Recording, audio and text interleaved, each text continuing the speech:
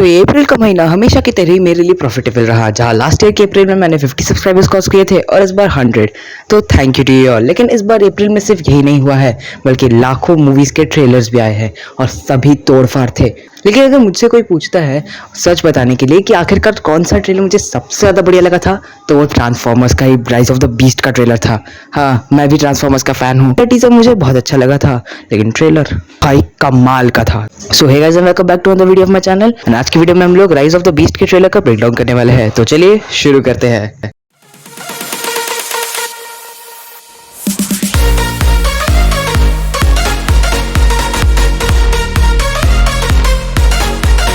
तो इस चैनल पर ये मेरी पहली ट्रांसफॉर्मर्स की वीडियो है, इसलिए मैं आपको थोड़ा सा बैक स्टोरी और डिटेल्स के बारे में बता देता हूँ। तो ट्रांसफॉर्मर्स जो आप ये मार्वल की मूवीज देखते हो, उनके ही कॉमिक कैरेक्टर्स थे, जिनके राइट्स बाद में मार्वल से हैसब्रो गेमिंग के पास चले गए थे, जो इनके ऊपर टॉयज बनाती है। लेटर ऑन फिर इनके ऊपर कई सारे एनिमेशंस बनते हैं एंड फाइनली जाकर के माइकल बायर्स इनके ऊपर मूवीज बनाते हैं। अब माइकल बायर्स का खुद का बायरवर्स बनता है और वहाँ पर 5-6 फिल्में आती हैं। ट्रांसफॉर्मर्स की फ्रेंचाइजी ठीक ठाक थी, उतनी अच्छी भी नहीं थी, और बाद में जब ये उतनी सक्सेसफुल नहीं होती है तब इसको रीबूट करने का प्लान बनाया जाता है। अब ट्रांसफॉर्मर्स फ्रेंचाइजी की जो ओरिजिनल ट्रिलॉजी थी वो अच्छी थी, ठीक ठाक थी, लेकिन उसके बाद जो है ये लोग टाइम में थोड़ा स्किप करते हैं, थोड़े चेंजेस लाते हैं, ह्यूमन प्रोटैगनिस्ट को चेंज करते हैं और 10 4th और 5th पार्ट्स में टाइमलाइन की गड़बड़ी के चलते उतनी सक्सेसफुल नहीं हो पाती। मतलब एक बार टाइमलाइन का कंफ्यूजन कर दो, फ्रेंचाइजी खत्म हो जाती है। ऐसा काफी बार देखा गया है।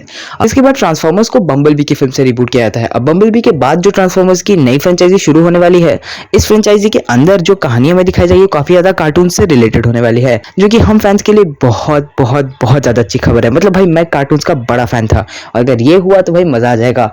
अब मैं आपको इसकी थोड़ी कहानी के ऊपर बता देता हूँ। तो देखो, ट्रांसफॉर्मर्स की कहानी बहुत ज्यादा बेसिक है। ये दूसरे प्लेनेट से आए हुए होते हैं क्योंकि इनका प्लेनेट डिस्ट्रॉय हो रहा होता है और ये अर्थ पर आकर के रहने की कोशिश करते हैं। अब जहाँ कोई भी कोई अच्छा आदमी होता है वही बुरा आदमी भी होता है। तो ट्रांसफॉर्मर्स भी 2 हिस्सों में थे। पहला हिस्सा यानी कि ऑटोबॉट्स और दूसरे डिसेप्टिकॉन्स। ऑटोबॉट्स और डिसेप्टिकॉन्स में हमेशा ही लड़ाई चलती हुई है और अब इस फिल्म के अंदर भी हम लोग को ऑटोबॉट्स और डिसेप्टिकॉन्स ही दिखने वाले हैं, लेकिन इन अ डिफरेंट मैनर। तो अब चलिए ट्रेलर के अंदर बढ़ते हैं। सबसे पहली बात तो बम्बलबी के जो ह्यूमन कैरेक्टर्स थे वो इस फिल्म में रिटर्न आएंगे नहीं, इसका कोई कंफर्मेशन नहीं है। और transformers rise of the beast की कहानी जो है ये 1994 के टाइमलाइन पे टेक प्लेस करेगी और यहाँ हम लोगों को कुछ नए ट्रांसफॉर्मर्स दिखाए जाएंगे। बेसिकली ऑटोबॉट्स और डिसेप्टिकॉन्स की बात तो आप लोग समझ गए हो।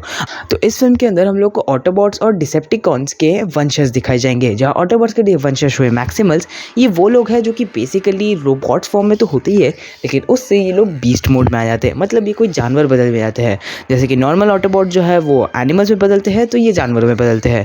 वहीं डिसेप्टिकॉन्स में मैं बाद में आ रहा हूँ, लेकिन पहले बात करते हैं यूनिक्रॉन की। तो इस फिल्म के अंदर हम लोग को जो बड़ा खतरा दिखाया गया है उसे ट्रांसफॉर्मर्स की जो पिछली फ्रेंचाइजी थी उसके 5th पार्ट के अंदर टीज कर दिया गया था। अब ट्रेलर के अंदर हमें पता लगता है कि यहाँ कोई अजीब सा पत्थर है जो कि सिग्नल भेज रहा है यूनिक्रॉन को। बट ये यूनिक्रॉन कौन है?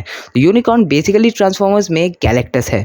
मतलब ये भाई प्लैनेट ईटर है, ठीक मार्वल की ही तरह। ये दूसरे प्लैनेट्स में जाता है और उन्हें खाता है, लेकिन सबसे बड़ी बात कि ये ऐसे ही प्लैनेट को नहीं खाता है, बल्कि ये मल्टीवर्सल ट्रैवल करके प्लैनेट्स को खाता है। ये एक मल्टीवर्स से दूसरे मल्टीवर्स में जाता है, वहाँ के प्लैनेट्स को खाता है। बाकी आपको पता ही है। लेकिन यूनिक्रॉन सिर्फ इतना ही काम नहीं करता है, बल्कि वो बेसिकली अपने गुंडों को दूसरे अर्थ में भेजता है। मतलब जहाँ वो उन्हें मतलब जिन अर्थ को उनको खाना है वो वहाँ पर अपने गुंडे भेजता है, जो कि डिसेप्टिकॉन्स के ही वंशज होते हैं। अब इन डिसेप्टिकॉन्स के वंशजों की बात करें तो इन्हें हम टेररकॉन्स के नाम से जानते हैं। इनका बेसिकली कोई दिमाग नहीं होता है। अब जो कन्फर्म्ड मैक्सिमल जो हमें इस फिल्म के अंदर दिखने वाले हैं, उनके नाम मैं आपको बता देता हूँ। ऑप्टिमस प्राइमल यानी कि हमारा किंग कॉन्ग, जहाँ देखो वही किंग कॉन्ग है। फिर उसके बाद आता है एयर रेजर जो कि ये ईगल है, फिर चितौर जो कि एक चीता है, और राइनॉक्स जो कि एक राइनो में बदल सकता है। अब फिल्म की स्टोरी कुछ ऐसी दिखाई जा सकती है कि जहां ऑटोबॉट्स और मैक्सिमल्स काफ़ी सालों से एक दूसरे के साथ अर्थ पर रह रहे होते हैं, वहीं उन्हें ये बात मालूम पड़ती है कि यूनिक्रॉन आ रहा है। कैसे? किसी पत्थर के चलते, जो कि शायद किसी इंसान के जरिए एक्टिवेट हो गया है और ये सिग्नल भेज रहा है यूनिक्रॉन को ताकि वो आकर के अर्थ को खा ले। लेकिन ऑटोबॉट्स और मैक्सिमल्स में पहले तो थोड़ी सी लाइक झगड़े वगैरह होंगे, लेटर ऑन ये लोग साथ में मिलकर काम करेंगे। लेकिन यूनिक्रॉन ऐसे ही प्लेनेट को नहीं खाएगा, बल्कि वो अपने कुछ लोगों को जरूर भेजेगा। तो वो डिसेप्टिकॉन्स के उन्हीं वंशजों को भेजेगा, यानी कि टेरर। फिल्म के अंदर दिखने वाले टेररकॉन्स है स्कर्ट जो कि इनका लीडर होने वाला है, उसके बाद बैटल ट्रैप जो कि काफी खतरनाक है, और फिर है नाइट बर्ड जो कि काफी ज्यादा कूल है। लेकिन इसके अलावा फिल्म के अंदर टेररकॉन्स जो है उनके भी कुछ आर्मी होती है। मतलब वो अकेले लड़ने नहीं आते हैं, जो कि अजीब से दिखने वाले क्रिएचर्स होते हैं। लेकिन इस फिल्म के अंदर इन्हें स्कॉर्पियंस के रूप में दिखाया जाएगा। ठीक है, चलेगा। वही अगर कन्फर्म्ड ऑटोबॉट्स की बात करें तो इस फिल्म के अंदर हमें ऑटोबॉट्स के नाम पे दिखाए जाएंगे अब सभी का ऑप्टिमस प्राइम, हम सभी का फेवरेट बम्बल बी, फिर आरसीबी इस ट्रेलर में दिख गई है, फिर हमने व्हील जैक को भी इस ट्रेलर में देख लिया जो कि बेसिकली इन सभी का मैकेनिक होगा। एंड लास्ट में आता है मिराज जो कि अपने आप को स्प्लिट कर सकता है, मतलब उसके अलग अलग प्रकार के रूप बना सकता है, जो कि काफी इंटरेस्टिंग है।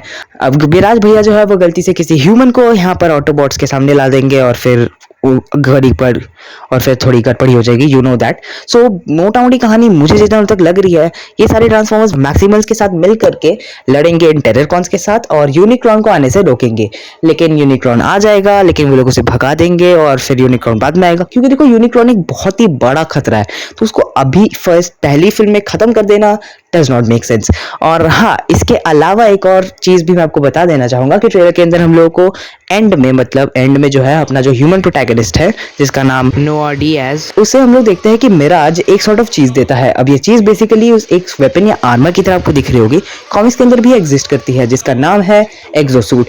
ट्रांसफॉर्मर्स बेसिकली ह्यूमंस को एक्सोसूट देते थे ताकि वो उनकी लड़ाई लड़ सके, और ये उनको ट्रांसफॉर्म भी कर सकती है ना इंटरेस्टेड। तो यही थी दोस्तों ट्रांसफॉर्मर्स के राइज ऑफ द बीस्ट के ट्रेलर का ब्रेकडाउन, एंड आई होप आप लोग को पसंद आई होगी। और हाँ, इस मूवी के अंदर हम लोग को एक प्लेन भी देखने को मिलता है, तो हो सकता है कि वो एक और ट्रांसफॉर्मर होगा जिसका नाम है स्ट्रेटोस्फियर।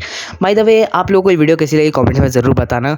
मुझे तो ये ट्रेलर तो बड़ा मजा लगा था, ट्रेलर भी कैसा लगा वो भी ज़रूर बताना। तो मैं मिलूंगा आपसे अगली वीडियो में, काफ़ी दिनों के बाद वैसे मैं लॉन्ग वीडियोज़ बना रहा हूँ। तो मिलता हूँ आपसे अगली वीडियो में, गुड बाय।